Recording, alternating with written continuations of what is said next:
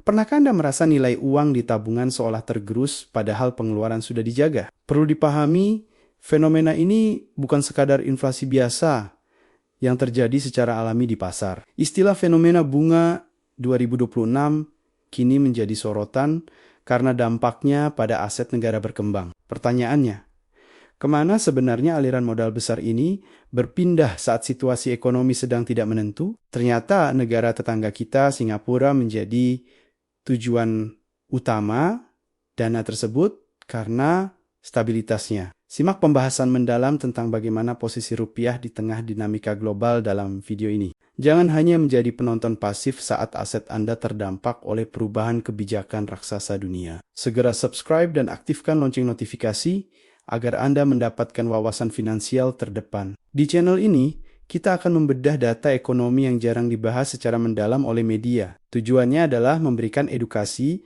agar Anda bisa mengambil keputusan tepat untuk mengamankan aset. Mari kita mulai analisis ini dengan melihat data makroekonomi secara objektif dan berkepala dingin. Amerika Serikat melalui the Federal Reserve sedang menerapkan kebijakan moneter yang sangat ketat saat ini. Keputusan menaikkan suku bunga diambil bukan hanya untuk mengendalikan inflasi di dalam negeri mereka. Kebijakan suku bunga tinggi ini secara tidak langsung menarik kembali likuiditas dolar global. Tujuannya adalah memperkuat posisi mata uang mereka di tengah persaingan ekonomi yang semakin ketat. Bayangkan sebuah magnet raksasa yang dinyalakan dari pusat keuangan di Washington DC sekarang. Magnet tersebut menarik aliran modal dari pasar keuangan negara berkembang seperti Jakarta dan Hanoi.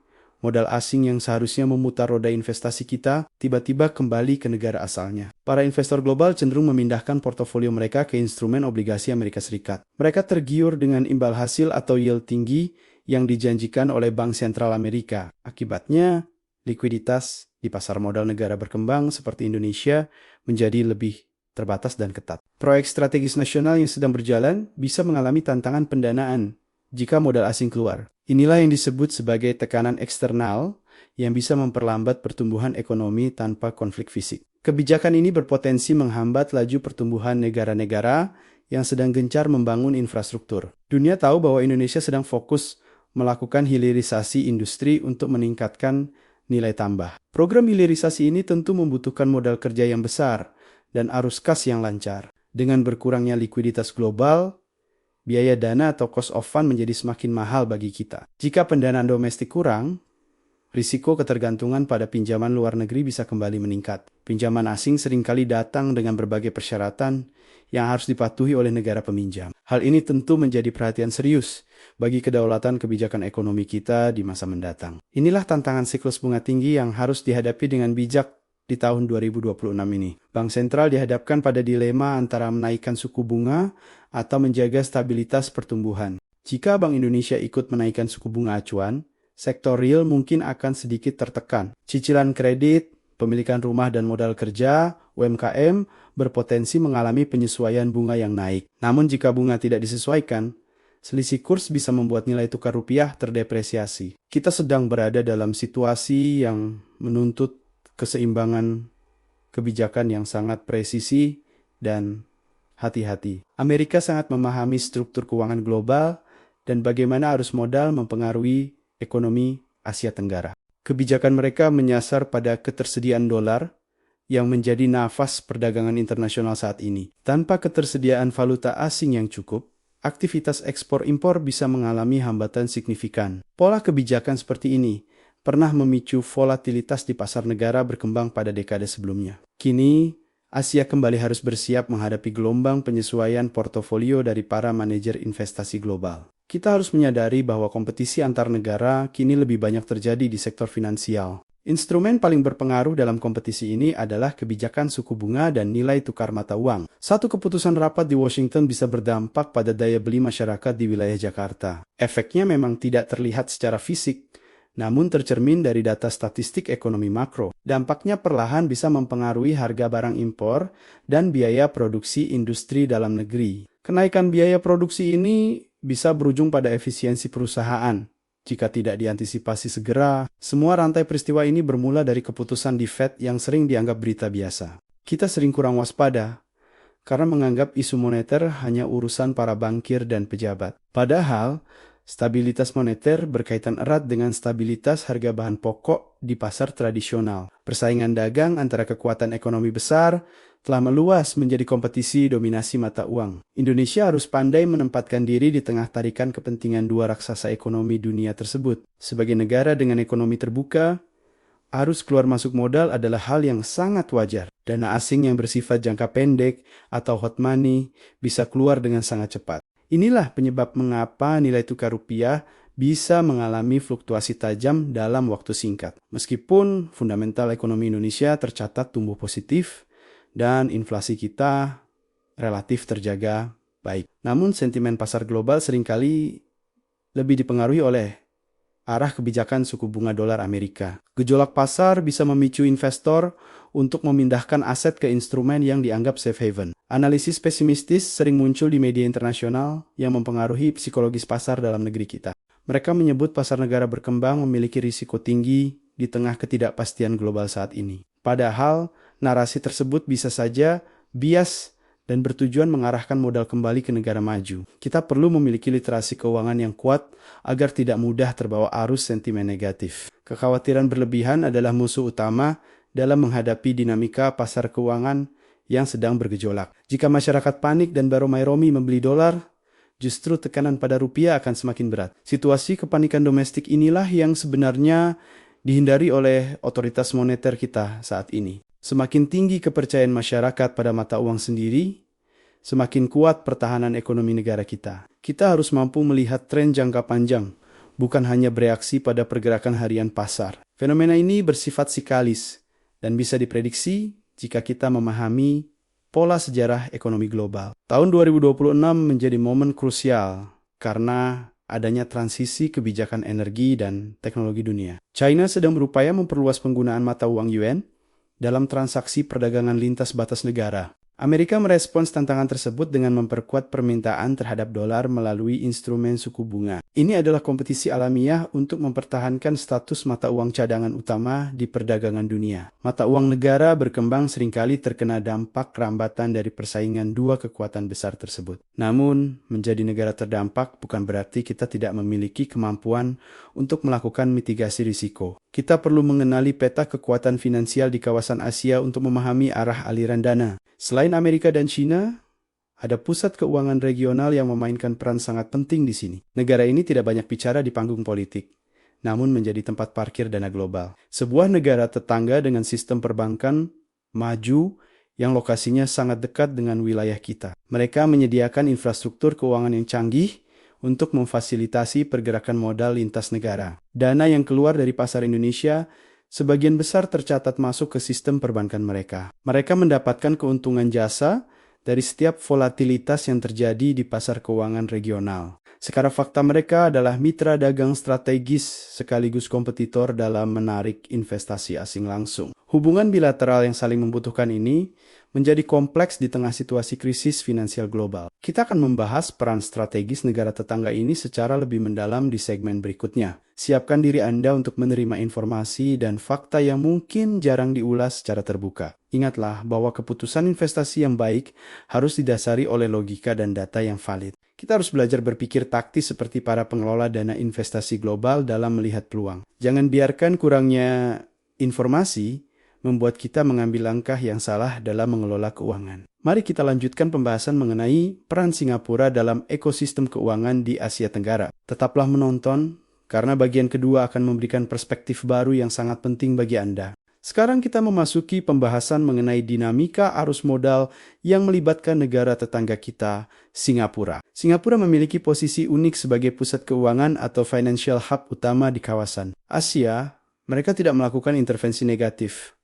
Namun sistem mereka sangat menarik bagi pemilik modal. Posisi mereka sangat strategis dalam memfasilitasi lalu lintas pembayaran dan investasi di Asia Tenggara. Ketika suku bunga global naik, investor di Indonesia cenderung mencari diversifikasi aset yang aman. Mereka mencari yurisdiksi terdekat yang memiliki stabilitas politik dan ekonomi yang sudah teruji. Pilihan yang paling rasional dan efisien bagi banyak investor adalah menempatkan dana di Singapura. Singapura telah lama dikenal sebagai destinasi yang menawarkan kepastian regulasi bagi aset keuangan internasional. Mereka menjamin kerahasiaan dan keamanan data nasabah yang menjadi prioritas bagi pemilik modal besar. Saat terjadi volatilitas rupiah, tercatat adanya aliran dana keluar menuju perbankan di negara tersebut. Fenomena ini dikenal dalam dunia ekonomi sebagai capital flight atau pelarian modal keluar. Uang hasil bisnis di Indonesia seringkali diparkir di sana untuk alasan lindung nilai aset. Singapura seolah menjadi brankas besar yang dikelola secara profesional di kawasan Asia Tenggara ini. Sektor jasa keuangan mereka mendapatkan keuntungan signifikan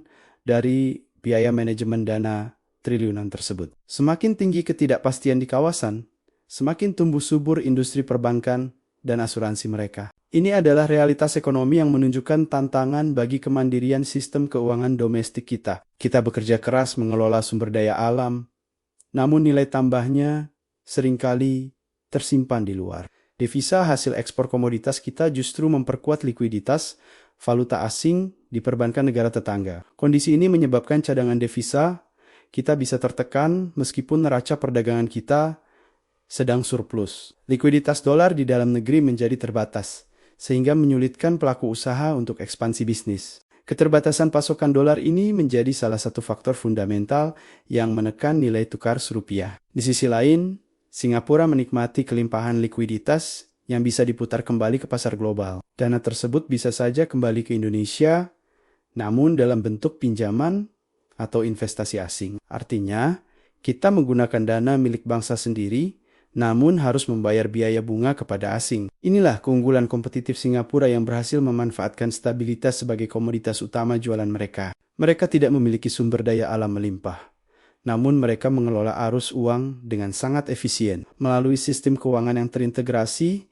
mereka mampu menarik kekayaan dari seluruh penjuru dunia. Dalam konteks kenaikan suku bunga 2026, Singapura berperan sebagai perantara arus modal global. Dolar yang ditarik oleh kebijakan The Fed seringkali transit terlebih dahulu di sistem mereka. Mereka menjadi simpul transaksi yang vital dan sulit dihindari dalam perdagangan internasional regional. Hal ini memberikan mereka daya tawar diplomasi ekonomi yang sangat kuat di mata dunia. Kepercayaan investor global terhadap sistem hukum Singapura jauh lebih tinggi dibandingkan negara berkembang lain. Persepsi keamanan dan kemudahan berbisnis inilah yang mereka tawarkan dengan harga premium kepada kita. Kita tidak bisa menyalahkan Singapura karena mereka hanya menjalankan bisnis jasa yang legal. Mereka cerdas dalam menangkap peluang dari celah regulasi dan kebutuhan pasar yang ada. Masalah utamanya terletak pada bagaimana kita menciptakan iklim investasi yang kompetitif di dalam negeri. Regulasi devisa kita di masa lalu mungkin belum cukup ketat untuk menahan dana parkir. Selama bertahun-tahun, devisa hasil ekspor memiliki keleluasaan untuk disimpan di bank luar negeri. Pemerintah kini mulai menyadari hal tersebut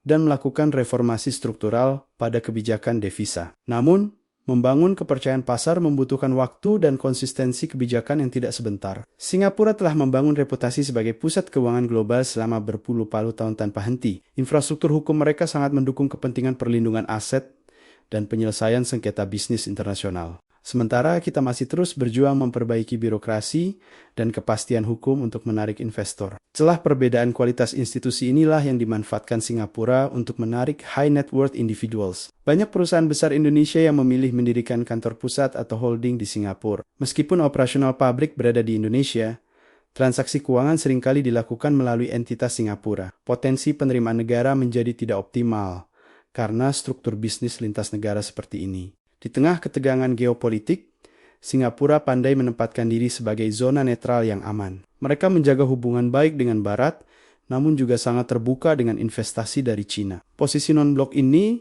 membuat aset yang disimpan di sana relatif aman dari sanksi sepihak. Berbeda dengan negara lain, yang seringkali terjebak dalam keberpihakan politik luar negeri tertentu. Saat ketidakpastian meningkat, Singapura justru mendapatkan arus masuk dana yang sangat besar inflow. Dana dari negara tetangga seperti Vietnam dan Indonesia berkumpul memperkuat cadangan devisa mereka. Kekuatan finansial ini memberikan mereka pengaruh politik yang signifikan di organisasi ASEAN. Mereka memiliki kapasitas untuk mempengaruhi kebijakan ekonomi regional karena kendali atas likuiditas. Kita harus mengakui keunggulan strategi mereka dalam memposisikan diri di rantai nilai keuangan. Namun ini bukan berarti kita tidak memiliki peluang untuk menyeimbangkan dominasi finansial tersebut. Indonesia memiliki pasar domestik yang besar dan sumber daya alam sebagai modal dasar. Singapura tidak memiliki basis produksi. Mereka sangat bergantung pada jasa perantara dan perdagangan. Jika kita mampu memperbaiki sistem keuangan, modal tersebut berpotensi kembali ke Indonesia. Tantangan terbesarnya adalah meyakinkan pemilik modal bahwa Rp55 adalah aset yang menguntungkan. Ini tugas berat di tengah arus informasi global yang sering menyudutkan pasar negara berkembang. Setiap kali ada sentimen negatif tentang Indonesia, Singapura seringkali mendapatkan keuntungan dari pelarian modal. Pola historis ini terus berulang setiap kali terjadi siklus krisis ekonomi global atau regional. Dari krisis 1998 hingga tantangan 2026, polanya memiliki kemiripan dalam hal aliran dana. Masa ketidakpastian adalah peluang emas bagi negara yang siap menampung kekhawatiran para investor. Kita perlu memutus siklus ketergantungan ini dengan strategi kebijakan yang lebih progresif dan berani. Himbauan moral saja tidak cukup untuk menahan dana agar tetap berada di dalam negeri. Diperlukan instrumen insentif fiskal dan disinsentif yang tegas dari pemerintah dan otoritas terkait. Tanpa langkah konkret, sejarah akan terus berulang dan posisi tawar kita akan lemah. Aset bangsa akan terus mengalir keluar memperkaya negara lain, sementara pembangunan domestik terhambat. Realitas ini harus menjadi pemicu bagi para pembuat kebijakan untuk berbenah lebih serius. Kedaulatan ekonomi bukan hanya soal kepemilikan wilayah, tapi juga kendali atas sumber daya finansial. Ketahanan sektor keuangan adalah pilar utama pertahanan negara modern di abad ke-21.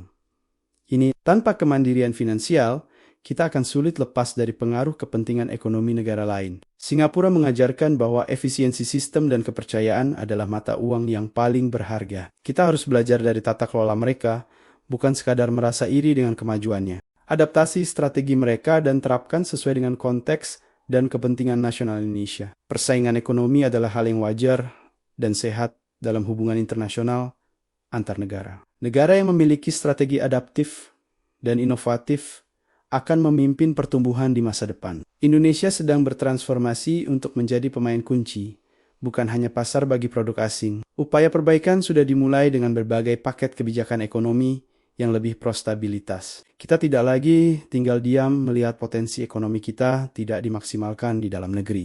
Bagian terakhir nanti akan membahas langkah konkret yang dilakukan untuk membalikan keadaan ini. Ada strategi besar bernama hilirisasi devisa yang mulai menunjukkan hasil positif bagi ekonomi. Vietnam juga menerapkan strategi nilai tukar yang unik untuk menjaga daya saing ekspornya. Kita akan melihat proyeksi ekonomi menuju tahun 2030. Dan siapa yang akan unggul? Persiapkan diri Anda untuk melihat peta jalan kebangkitan ekonomi kawasan Asia Tenggara ke depan. Jangan lewatkan analisis tentang strategi balasan yang akan kita bahas di bagian ketiga. Ini adalah informasi vital untuk memahami arah masa depan ekonomi dan kesejahteraan kita. Era saat ini menuntut negara berkembang untuk lebih proaktif dan tidak pasrah pada keadaan. Indonesia dan Vietnam mulai menerapkan strategi ekonomi yang cerdas untuk melindungi kepentingan nasionalnya. Menghadapi tekanan likuiditas global, Indonesia menerapkan terobosan yang disebut kebijakan devisa hasil ekspor. Konsep ini mirip dengan hilirisasi komoditas, namun kali ini diterapkan pada sektor keuangan. Jika dulu biji mentah dilarang diekspor, sekarang devisa dolarnya yang diatur ketat. Bank Indonesia mewajibkan eksportir sumber daya alam untuk menempatkan devisa di dalam negeri. Eksportir tidak diperkenankan langsung memindahkan seluruh pendapatan ekspornya ke bank di luar negeri. Dana tersebut wajib mengendap di sistem perbankan nasional dalam jangka waktu tertentu yang ditetapkan. Kebijakan ini menciptakan cadangan likuiditas yang menjaga stabilitas nilai tukar rupiah terhadap dolar. Pemerintah memberikan insentif pajak bunga yang menarik bagi pengusaha yang patuh pada aturan. Tujuannya agar perbankan domestik memiliki pasokan falas yang cukup untuk membiayai kebutuhan impor. Strategi ini menunjukkan keberanian Indonesia dalam mengatur kedaulatan ekonominya secara lebih mandiri. Kita mulai berani menetapkan aturan main sendiri demi menjaga stabilitas ekonomi dalam negeri. Selain itu, Indonesia gencar mempromosikan transaksi mata uang lokal atau local currency transaction. Kita bekerja sama dengan China, Jepang, dan Korea untuk berdagang menggunakan mata uang masing-masing. Pembelian barang dari Cina kini bisa dibayar menggunakan yuan, mengurangi ketergantungan pada dolar Amerika. Sebaliknya, mitra dagang membayar menggunakan 50 saat membeli komoditas unggulan dari Indonesia. Langkah ini secara bertahap mengurangi permintaan dolar yang selama ini mendominasi transaksi perdagangan. Semakin rendah ketergantungan pada dolar, semakin kuat ketahanan kita terhadap guncangan eksternal. Di sisi lain, Vietnam menempuh pendekatan yang berbeda namun efektif untuk ekonominya. Mereka memilih strategi penyesuaian nilai tukar yang kompetitif untuk melawan tekanan pasar global. Vietnam membiarkan mata uang dong bergerak fleksibel dan cenderung melemah secara terkukur. Meskipun berisiko inflasi, ini adalah taktik dagang untuk menjaga harga produk tetap murah. Dengan mata uang yang kompetitif, barang buatan Vietnam menjadi sangat laku di pasar global. Produk manufaktur seperti tekstil dan elektronik, mereka membanjiri pasar Amerika dan Eropa. Mereka rela margin keuntungan nilai tukar tergerus demi menjaga volume ekspor tetap tinggi. Pabrik-pabrik di Vietnam tetap beroperasi penuh, menyerap tenaga kerja meski ekonomi dunia melambat. Strategi ini membuat pertumbuhan ekonomi Vietnam tetap positif di tengah ancaman resesi global. Baik Indonesia maupun Vietnam, keduanya berjuang mempertahankan kepentingan ekonominya dengan cara masing-masing. Kawasan Asia Tenggara menolak untuk didikte sepenuhnya oleh kebijakan moneter dari negara barat. Era dominasi tunggal satu mata uang diprediksi akan mengalami penyesuaian menuju tahun ke-2030. Para ekonom menyebut fase ini sebagai diversifikasi sistem moneter global atau multipolar currency. Negara-negara berkembang mulai membangun sistem pembayaran alternatif yang lebih efisien dan adil. Wacana penggunaan mata uang digital antar negara atau CBDC semakin serius dikaji saat ini. Jika sistem ini terwujud, dampak kebijakan suku bunga satu negara tidak akan terlalu dominan. Kekuatan sanksi ekonomi dan tekanan finansial akan menjadi lebih seimbang antar kawasan. Periode tahun 2027 hingga 2030 akan menjadi masa transisi sistem keuangan yang dinamis. Uji coba konektivitas pembayaran digital, ASEAN QR Code adalah langkah awal menuju integrasi tersebut. Singapura dengan visi jauh ke depan juga sudah bersiap menghadapi perubahan lanskap ini. Mereka berinvestasi besar pada teknologi blockchain dan regulasi aset digital yang progresif. Mereka ingin tetap menjadi hub keuangan utama, apapun jenis mata uang yang digunakan dunia. Kita sebagai masyarakat umum harus siap menghadapi volatilitas pasar di masa transisi ini. Jangan terkejut jika nilai aset investasi mengalami fluktuasi yang lebih cepat dari biasanya. Kunci menjaga kekayaan di era ini adalah melakukan diversifikasi aset dan literasi finansial. Hindari menempatkan seluruh dana hanya pada satu instrumen investasi yang berisiko tinggi. Pahami bahwa uang tunai rentan inflasi, sehingga perlu dialokasikan ke aset produktif lain. Mulailah mempertimbangkan aset real seperti emas atau properti yang memiliki nilai intrinsik jangka panjang. Pelajari instrumen investasi seperti surat berharga negara yang memberikan imbal hasil di atas inflasi. Pengetahuan yang cukup adalah perlindungan terbaik bagi keuangan keluarga Anda dari krisis. Pemerintah berjuang di level kebijakan makro. Kita harus cerdas mengelola keuangan level mikro. Sinergi antara kebijakan negara yang tepat dan masyarakat yang teredukasi akan memperkuat bangsa. Indonesia memiliki potensi besar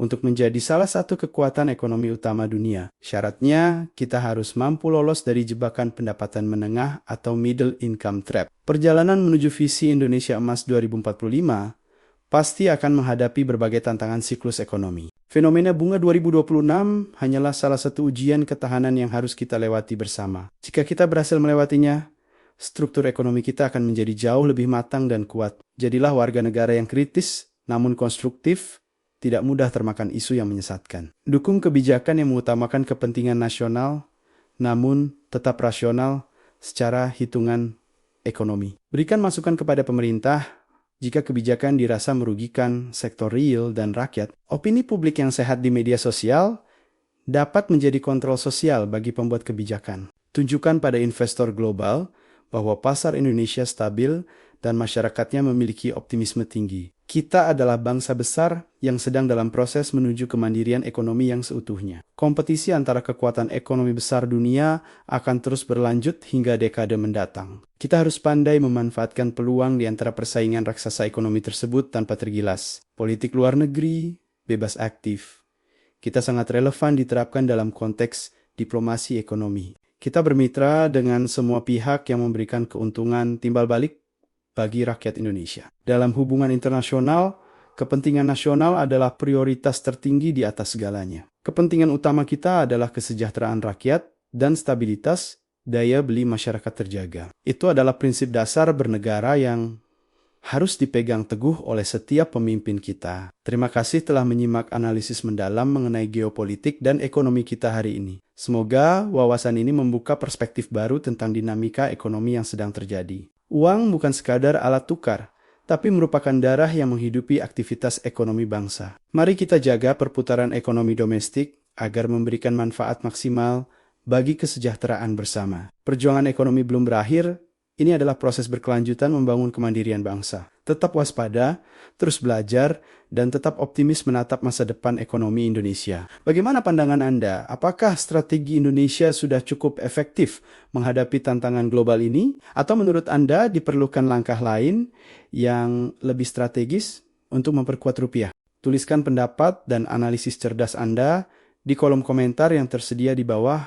Diskusi yang Anda berikan seringkali memberikan sudut pandang baru yang sangat berharga. Jangan lupa untuk membagikan video ini kepada rekan dan keluarga terdekat Anda agar semakin banyak masyarakat yang melek finansial dan sadar akan tantangan ekonomi global. Satu kali berbagi dari Anda bisa membantu orang lain memahami cara mengamankan asetnya. Dukung terus channel ini agar kami dapat konsisten menyajikan konten edukasi berkualitas. Tekan tombol like jika Anda merasa mendapatkan manfaat dan wawasan dari pembahasan ini. Dan pastikan Anda sudah menekan tombol subscribe untuk channel ini sekarang juga. Aktifkan lonceng notifikasi agar Anda menjadi orang pertama yang mendapat update analisis terbaru. Sampai jumpa di video analisis, strategi, dan wawasan ekonomi berikutnya yang lebih menarik. Salam kedaulatan ekonomi, salam sukses dan bijak finansial untuk seluruh masyarakat Indonesia. Disclaimer, video ini dibuat untuk tujuan edukasi dan informasi,